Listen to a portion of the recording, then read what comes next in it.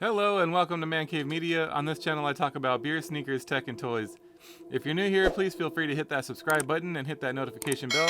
Also, please connect with me on social media. I'm on Instagram at media.mancave and on Facebook and Twitter at mancavemediaorg. And finally, if you enjoy listening to podcasts, please check out the League of Sedentary Gentlemen. We're available wherever you get your podcasts or direct from our website at man-cave-media.org. Alright, so today I done goofed. I purchased a M.2 NVMe drive for my main editing rig, and it was actually a secondary drive. My motherboard supports two M.2 slots, but I accidentally bought one that was not compatible with the secondary slot, and so I decided to make lemonade out of lemons. Let's go.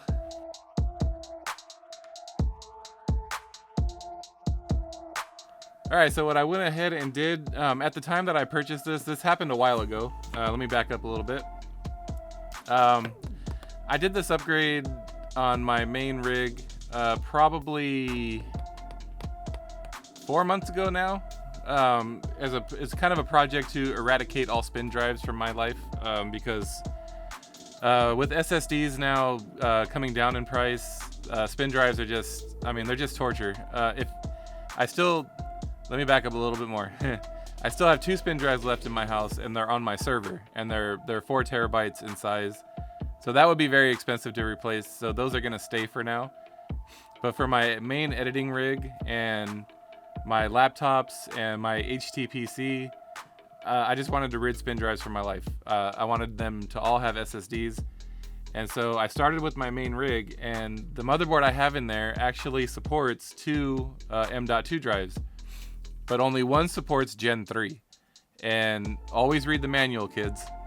I didn't realize that. I bought 2 Gen 3 drives, and one of the slots only supports up to Gen 2. So it wouldn't recognize it, and I fought with it and finally pulled the manual out and read the manual, and lo and behold, it wasn't going to work in that slot. And so at the time, prices for SSDs were on the rise because of a shortage, and so I decided rather than return it, I'll just keep it and like I mentioned, kind of make lemonade out of lemons. So I went ahead and purchased this one on sale on Amazon recently for $29.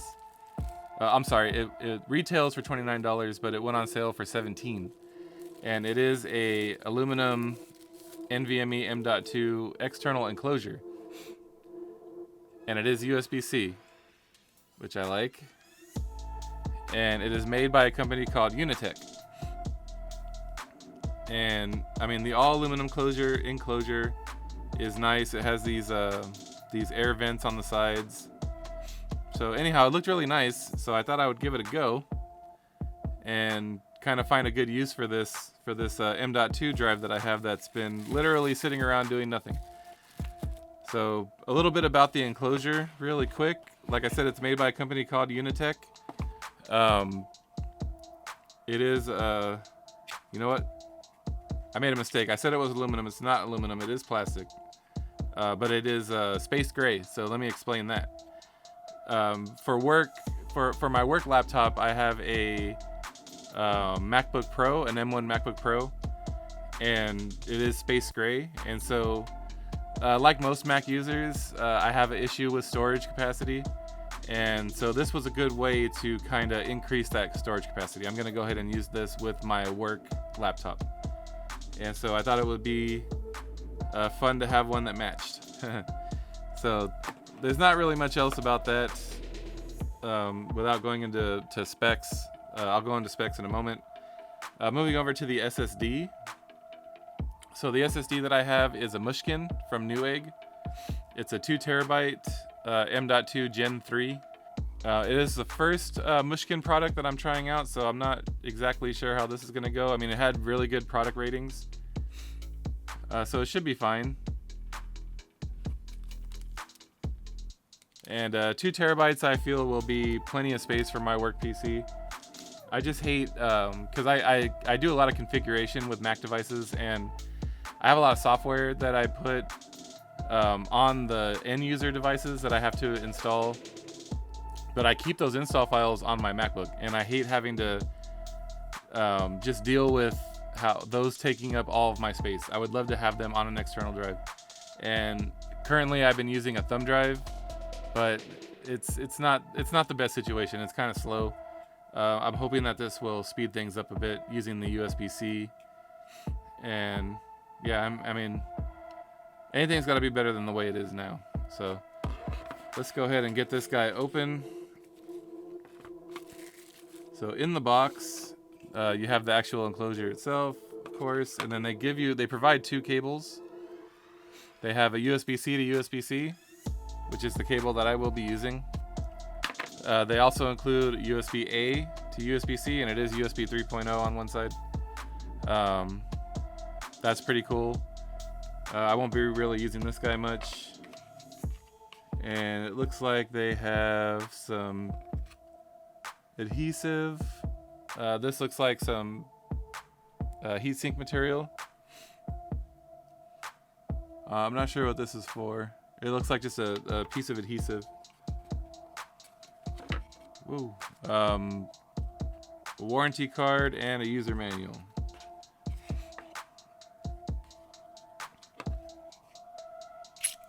So it just slides open like that. Sorry, I went ahead and read. I read about how to use it beforehand, so I already knew how to open it up. So it opens up that way. And let's find out what this strip is for. It looks like it might just be to hold the SSD in place.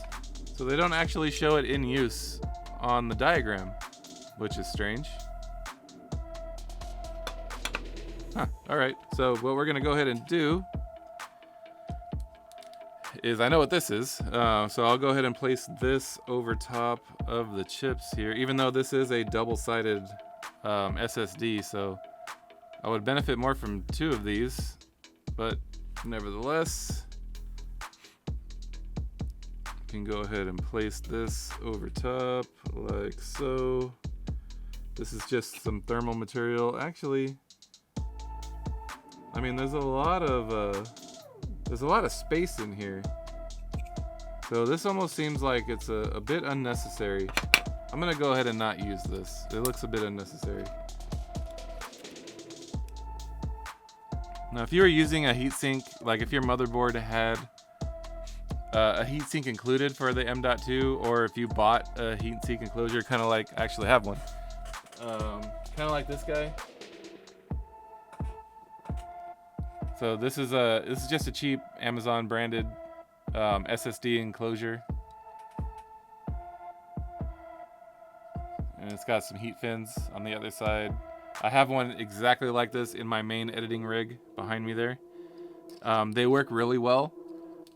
Don't overpay for a name brand. You don't need it. The knockoff one from, I say knockoff, they're not copying anyone in particular, but it's the no-name brand, we'll say it that way. On Amazon, they work just fine.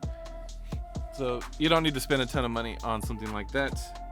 But like I said, this has a ton of space on the inside. And it's got all kinds of ventilation. So I don't think this is really necessary. I'm just gonna go ahead and rock without it. Now it's got some fins here. And the idea is whatever size your SSD is, you can just kind of lock it in place on those fins.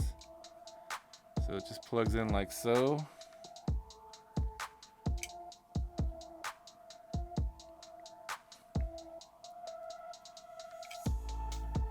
Try that again. There we go. And mine is a full-size SSD, so it goes right to the end.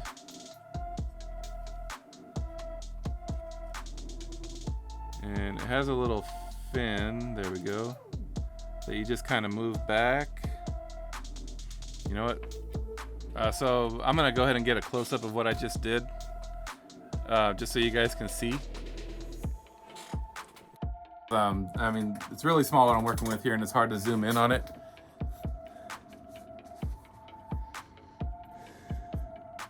So it kind of just, I mean, if you've ever installed an M.2 before,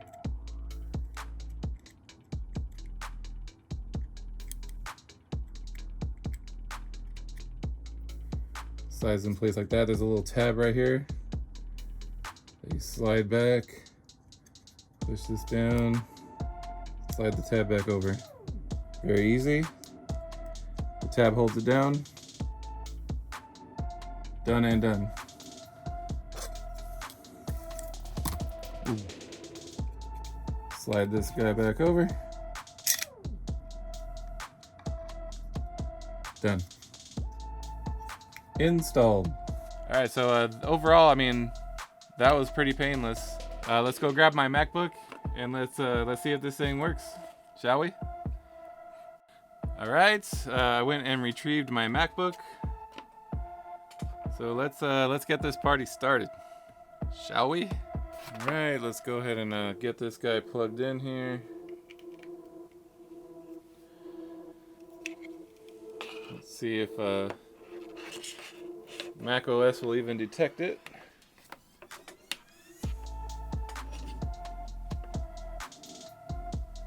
Let's see, the disk you attached was not readable by this computer. Uh-oh. So I think what happened was, let's see, initialize. Oh, I think it's just because it's not formatted. Yeah, let's see. Erase.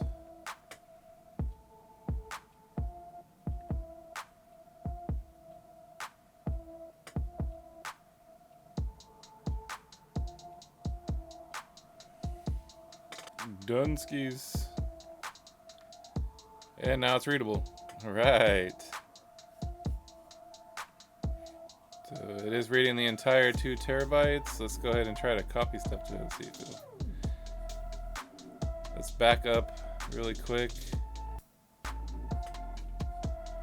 So this is the software that I was talking about that I have to leave on here.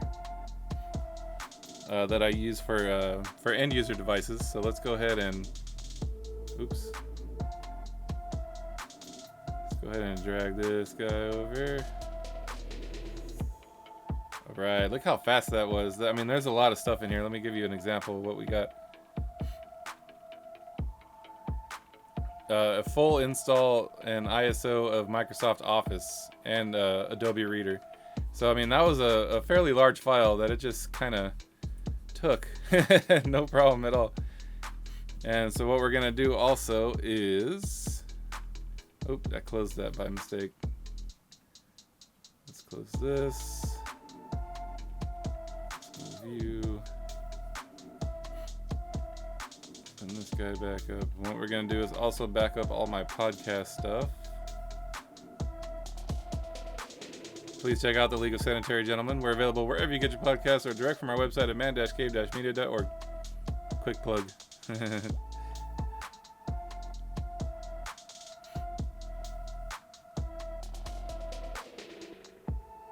So you can see there 21.3 gigabytes. I mean, we've done a lot of episodes and I edit them all on this MacBook. So yeah, there was a fair amount of stuff on there. It transferred it over fairly quickly. So, I mean, yeah, man, I'm very happy with this. Like I said, I'm kind of just making lemons from lemonade. Trying to turn a negative into a positive. On the unit itself, when it's plugged in, you got this cool little blue LED light that does blink when it's being accessed. So, that was cool. It also blinks when you're reading and writing to it. It also blinks when you're writing to it. I should have held it up when I was copying files over to it, but it does blink as you're writing to it. And so, anyhow, yeah, that was a success. All right, so I'm very happy with the way that turned out. My little goof that actually became useful in a different way. For those of you wondering what I decided to do, I went with just a standard 3.5-inch SSD, 2 terabyte SSD in my main editing rig, rather than utilizing that other M.2 slot, because the older Gen 2 drives were a little pricey, at least the ones that I were finding in the 2 terabyte range, and so I just decided to go with standard 3.5-inch. I sacrificed a little on the speed, of course, but For what I use it for, it's just a storage drive. So what I use it for, it's perfectly fine. I just use it to back up all my YouTube videos and stuff like that. So it doesn't have to be M.2. I was just kind of going for a cleaner look. There's a lot of SATA cables floating around in there because I have a DVD burner on this case. If you saw that video that I made, when I chose this case, it's because this is also the rig that I use to add videos to my Plex server. So I needed that Blu-ray burner, and so I was just trying to clean it up a little bit more on the inside, but it's not a big deal. And this turned out to be a pretty good mistake. I will use the hell out of this thing for my work PC, rather my work MacBook. Work PC. Sorry, I didn't mean it. So yeah, lemonade successfully made from lemons, and I'm happy with my purchase. I'll leave links in the description for the Mushkin drive and for the M.2 enclosure, just in case you guys were looking for creating your own enclosure for a MacBook, or I mean any PC laptop as well. It would work the same way. So yeah, very happy with my purchase, and like I said, I'm gonna use this thing a ton. All right, that's all I have for this one. Thank you again for stopping by. Please smash that like button if you enjoyed this video. I hope you have a great afternoon, and like always, thank you for watching.